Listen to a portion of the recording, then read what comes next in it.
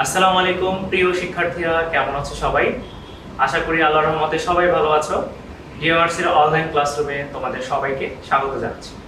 আজকের আইসিটি ক্লাসটি পরিচালনা করব আমি মোহাম্মদ আরিফুল হাসান খান রাজি, সহকারী অধ্যাপক এবং বিভাগীয় প্রধান, তথ্য ও যোগাযোগ প্রযুক্তি বিভাগ, প্রভাতিশান। যথারীতি আজকের ক্লাসে আমি তোমাদের সাথে ডেটা কমিউনিকেশনের বিভিন্ন মাধ্যম নিয়ে আলোচনা করব। আমি গত ক্লাসে ডেটা কমিউনিকেশনের একটি গুরুত্বপূর্ণ তার মাধ্যম টুইস্টেড পেয়ার কেবল সম্পর্কে আলোচনা করেছিলাম। আজকে আরো দুইটি গুরুত্বপূর্ণ মাধ্যম নিয়ে আজকে আলোচনা করব। তো সেই মাধ্যমগুলো কি এবং আমরা আজকের ক্লাসে কি কি পড়ব একটু দেখে নিই। আজকের ক্লাসে আমরা যা শিখবো সেটি হচ্ছে কোঅ্যাক্সিয়াল কেবল এবং অপটিক্যাল ফাইবার কেবল। এই দুই ধরনের কেবলের গঠন এবং কার্যপ্রণালী আজকের ক্লাসে আমরা শিখব। তো চলো শুরু করে দিই। তোমাদের সাথে আমি সর্বপ্রথম যে কেবলটির গঠন নিয়ে আলোচনা করব সেই কেবলটির নাম হচ্ছে কোঅ্যাক্সিয়াল কেবল। কোঅ্যাক্সিয়াল কেবল সাধারণত কোঅ্যাক্স নামে পরিচিত। তো তোমরা সবাই চিত্রের দিকে লক্ষ্য করো যে কোঅ্যাক্সিয়াল কেবলের কেন্দ্রের দিকে একটি সলিড কপার বা তামার তার থাকে। এই তামার তারটি কিন্তু যথেষ্ট পুরু। এই তামার তারের উপরে একটি প্লাস্টিকের আবরণ বা প্লাস্টিকের কভার দ্বারা আবৃত থাকে। এটি প্লাস্টিকেরও হতে পারে অথবা ফোমেরও হতে পারে।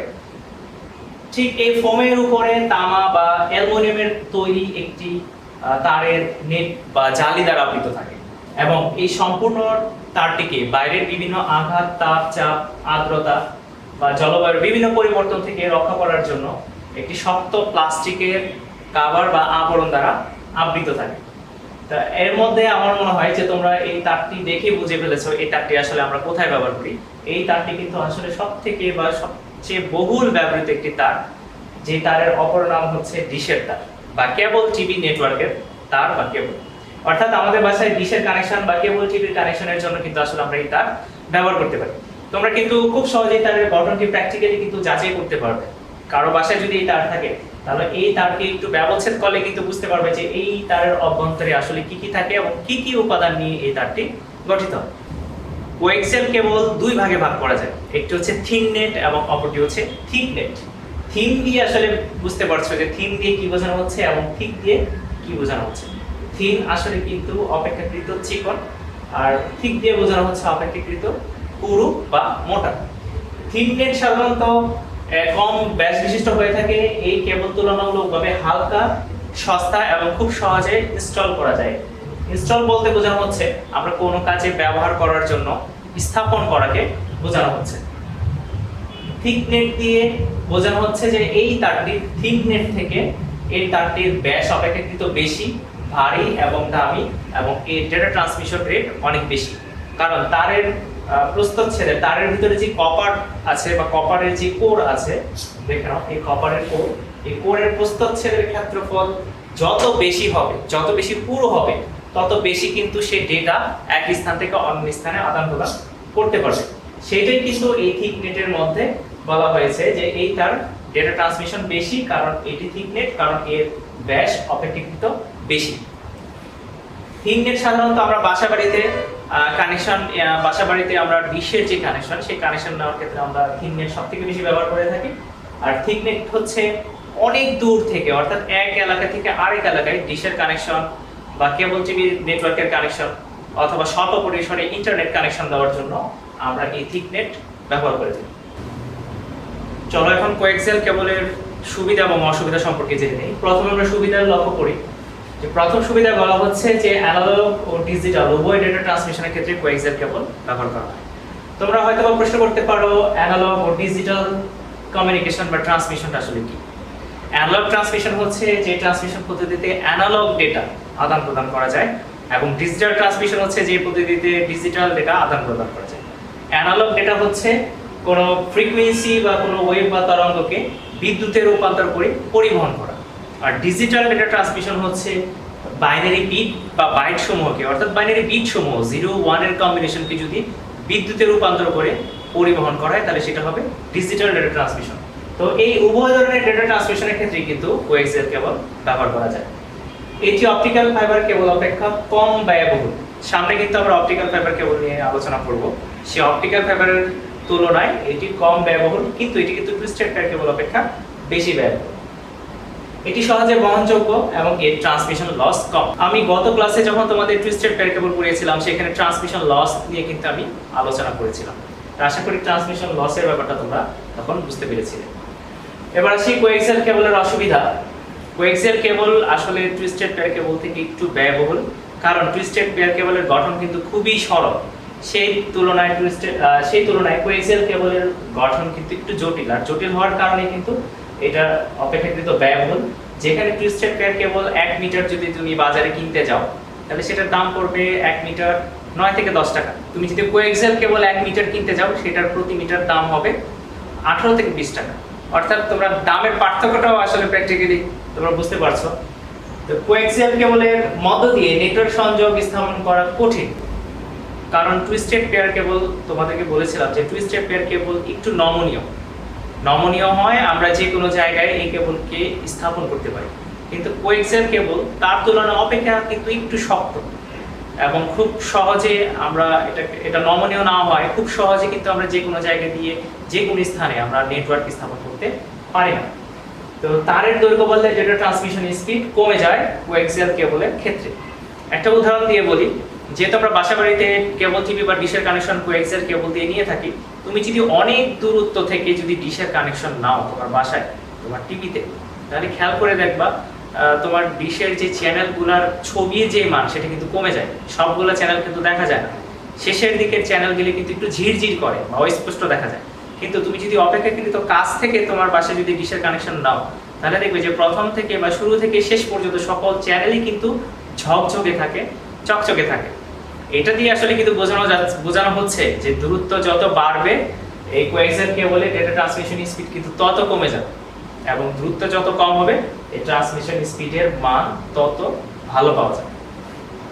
ব্যবহার, কেবল টিভি নেটওয়ার্ক বাস্তবায়নে এটি ব্যবহার করা হয়, কারণ এর ব্যবহার তোমাদের অনেক আগে বলে দিয়েছি এবং প্রত্যেকটা উদাহরণেও বলছি যে কেবল টিভি বা ডিশ টিভির কানেকশনে এই কেবল সবথেকে বেশি ব্যবহার করা হয়, কারণ এই কেবল ছাড়া ডিশের কানেকশন চিন্তাই করা যায় না।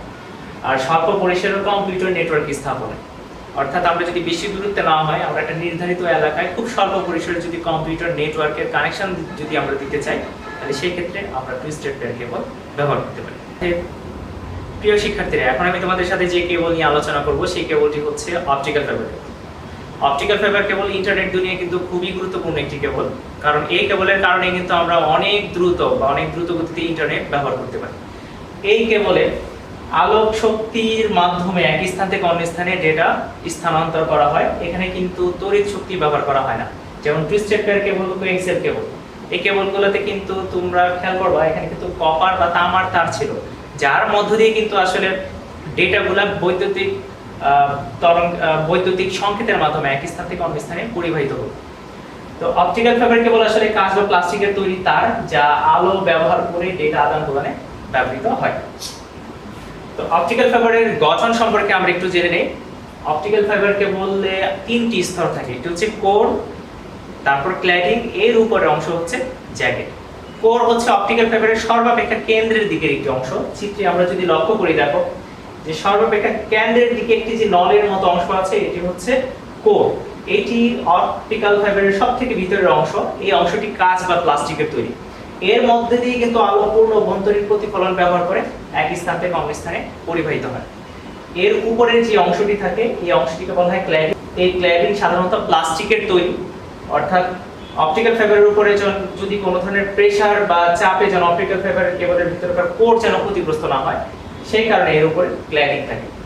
এই ক্ল্যাডিং এর উপর আরেকটা অংশ থাকে, যদি এখানে বর্ণনা করা নেই, এই ক্ল্যাডিং এর উপর আরেকটা অংশ থাকে সেটি হচ্ছে বাফার। এই বাফার সাধারণত গ্রিস জাতীয় পিচ্ছিল পদার্থ দ্বারা তৈরি থাকে, যেন ক্ল্যাডিং এর উপরেও বাইরে থেকে কোনো আঘাত বা চাপ না পড়ে। কারণ অপটিক্যাল ফাইবারের ভিতরকার কোরকে রক্ষা করতে হলে অবশ্যই ক্ল্যাডিং কে রক্ষা করতে হবে, আর ক্ল্যাডিং কে রক্ষা করার জন্য এর উপরে থাকে বাফার।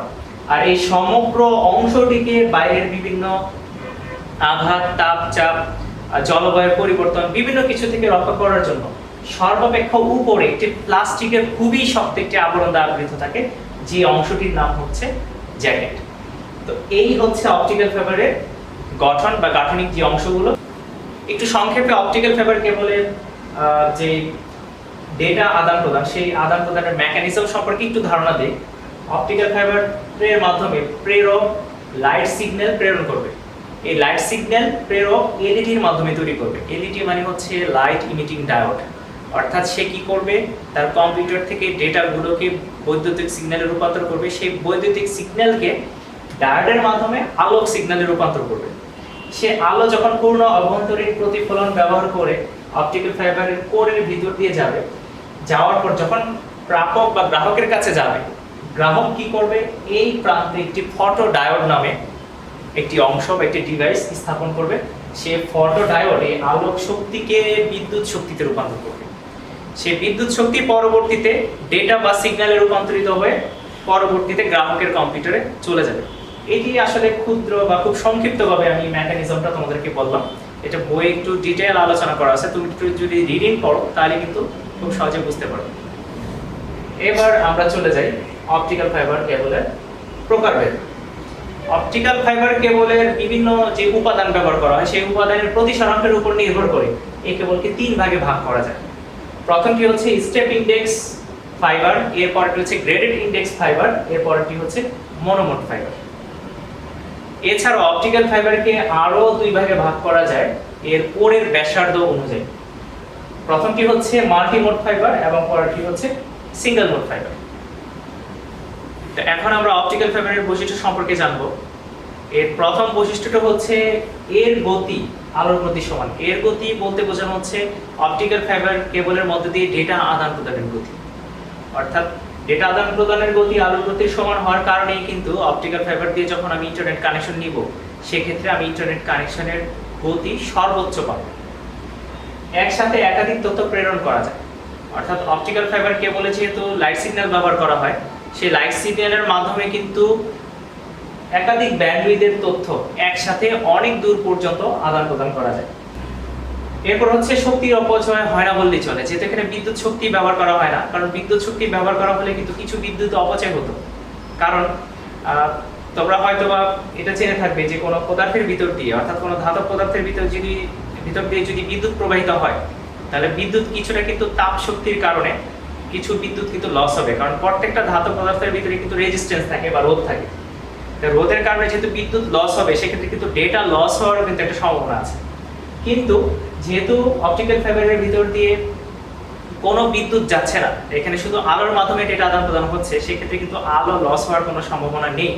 আর আলো লস হওয়ার সম্ভাবনা থাকে না বিধায়ী এখানে কিন্তু ডেটা চলাচল বা ডেটা অপচয় বা শক্তির অপচয় হওয়ার কোনো সম্ভাবনা থাকে না। এটি রাসায়নিকভাবে নিষ্ক্রিয়। ধাতব তারগুলো কিন্তু অনেকদিন যদি পরিবেশে বাইরে খোলা অবস্থায় থাকে, তার কিন্তু মরিচা পড়ে যায় অথবা পরিবেশের বিভিন্ন কিছুর সাথে বিক্রিয়া করে কিন্তু তার ক্ষয়প্রাপ্ত হয়। কিন্তু অপটিক্যাল ফাইবার কাঁচ বা প্লাস্টিকের তৈরি হয়, এই তার কিন্তু বাইরের বিভিন্ন পদার্থ বা বিভিন্ন কিছুর সাথে বা আবহাওয়ার পরিবর্তনজনিত কোনো কারণে কোনো রাসায়নিক বিক্রিয়া ঘটে না। এরপর অপটিক্যাল ফাইবার কেবলের সুবিধা সম্পর্কে আমরা জেনে নিই। অপটিক্যাল ফাইবারের ডেটা ট্রান্সমিশনের হার হচ্ছে 100 Mbps থেকে 2 Gbps পর্যন্ত। যদিও এটা একটা স্ট্যান্ডার্ড Gbps, অর্থাৎ 100 মেগাবিট পার সেকেন্ড থেকে 2 গিগাবিট পার সেকেন্ড পর্যন্ত, কিন্তু বর্তমানে এটা 2 গিগাবিট পার সেকেন্ড নয়, এর থেকে অনেক বেশি গতিতে কিন্তু এখন ডেটা আদান প্রদান করা যায়। নেটওয়ার্ক ব্যাকবোন হিসেবে ব্যবহৃত হয়, অর্থাৎ নেটওয়ার্কের মেরুদণ্ড। কিভাবে সেটা মেরুদণ্ড হয়? কারণ তুমি দেখো আমাদের বাংলাদেশের কক্সবাজার থেকে অপটিক্যাল ফাইবারের কানেকশন কিন্তু প্রবেশ করেছে, তেতুলিয়া গিয়ে কিন্তু শেষ হয়েছে। তার মানে সারা বাংলাদেশের মধ্যে দিয়ে অপটিক্যাল ফাইবার চলে গেছে, বিভিন্ন ডিস্ট্রিক্ট সেই অপটিক্যাল ফাইবার থেকে কিন্তু কানেকশন টেনে নিয়েছে। অর্থাৎ এই অপটিক্যাল ফাইবার ধরে নাও মেরুদণ্ড, এখান থেকে বা এই পাশ থেকে বিভিন্ন জায়গায় বিভিন্ন ডিস্ট্রিক্টে কিন্তু অপটিক্যাল ফাইবার থেকে কানেকশন টেনে নিয়ে তারপর সারা বাংলাদেশে ইন্টারনেট কানেকশন বিস্তৃত হয়েছে। এই কারণে বলতে পারবো যে অপটিক্যাল ফাইবার কিন্তু এই নেটওয়ার্কের ব্যাকবোন হিসেবে ব্যবহৃত হয় বা নেটওয়ার্কের মেরুদণ্ড হিসেবে ব্যবহৃত হয়। ডেটা সিগন্যালের পরিবর্তন হয় না, এমনকি মানের অবনতি ঘটে না। যেহেতু এখান দিয়ে আলো যাচ্ছে, তাই ডেটা সিগন্যাল আমি যাই দিচ্ছি তাই যাবে, এর কোনো হ্রাস বৃদ্ধি ঘটবে না। পরিবেশের তাপচাপ দ্বারা ডেটা আদান প্রদান বাধাগ্রস্ত হয় না।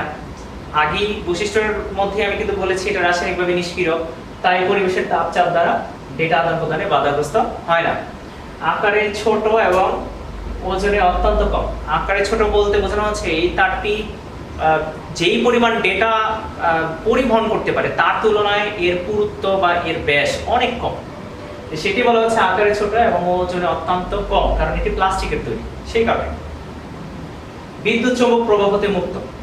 বিদ্যুৎ চৌম্বক প্রভাব হচ্ছে তোমাদের যেমন নয়েজ সিগন্যালের কথা বলেছিলাম, যে বাইরে থেকে নয়েজ সিগন্যাল এসে টুইস্টেড পেয়ার কেবলের সিগন্যালগুলোকে পরিবর্তন করে দিতে পারে বা সমস্যা করতে পারে, কিন্তু এই অপটিক্যাল ফাইবার কেবলে কিন্তু এই সমস্যাটা হবে না।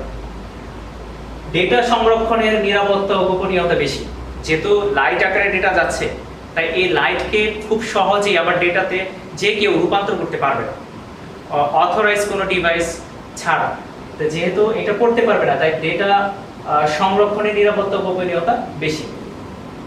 এখানে সংরক্ষণের বানানটা ফন্ট ভেঙে যাওয়ার কারণে ভুল দেখাচ্ছে, তোমরা একটু বুঝে নিও ব্যাপারটা। তো প্রিয় শিক্ষার্থীরা, আজকের ক্লাসে এই পর্যন্তই।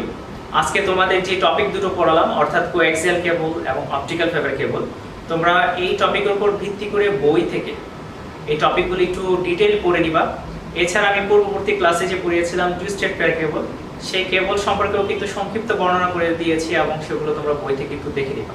অনলাইন ক্লাসের পাশাপাশি যদি তোমরা বই থেকে এই টপিকগুলো যদি সাথে সাথে পড়ে নাও এবং বিস্তারিত যদি পড়ে নাও, তাহলে তোমাদের অবজেক্টিভ অ্যান্সার করতে সুবিধা হবে এবং এই টপিক সম্পর্কে কিন্তু তোমরা ভালো একটি জ্ঞান অর্জন করতে পারবা। তো সবাইকে ধন্যবাদ। আগামী ক্লাসের আমন্ত্রণ জানিয়ে আজকের ক্লাস এখানেই শেষ করছি। ততদিন পর্যন্ত সবাই ভালো থাকো, সুস্থ থাকো, নিরাপদে থাকো। আল্লাহ হাফেজ, আসসালামু আলাইকুম।